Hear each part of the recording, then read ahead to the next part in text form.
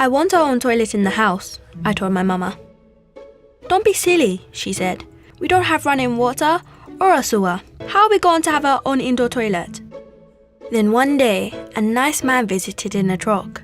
It was full to the top with shiny new toilets.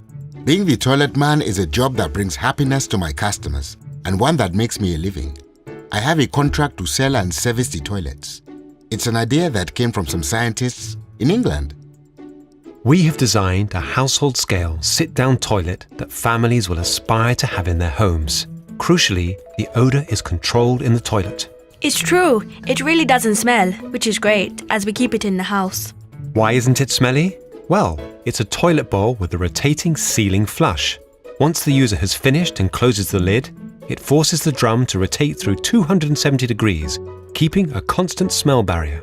The waste then empties into the holding chamber below, without the need for water or power.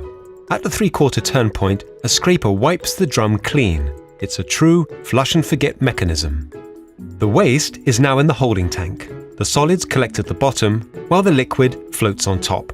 Pure water in vapor form, without any pathogens, then passes into the membrane bundles, where it's driven along by a sweep gas.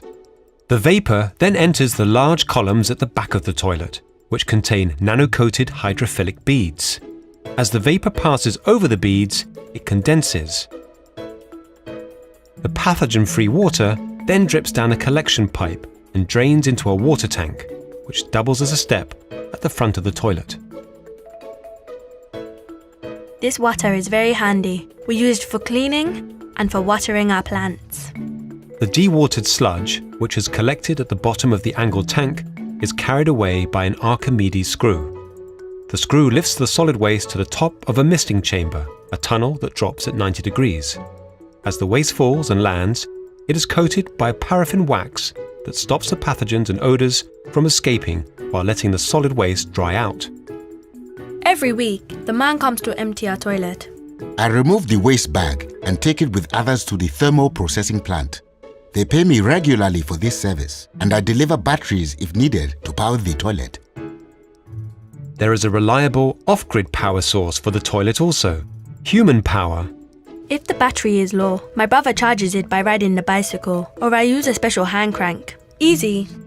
Under my contract, I service each toilet every 6 months. I replace the spray, take the membranes away for regeneration, and put in new sets. I can also produce a fertilizer to sell by recovering the nitrogen-based nutrients collected on the toilet bead module, which I remove during the service. This extra income means I charge my customers under 5 US cents per user per day. Which are pennies well spent, as this one toilet has changed the lives and improved the health of my whole family. The difference one toilet can make.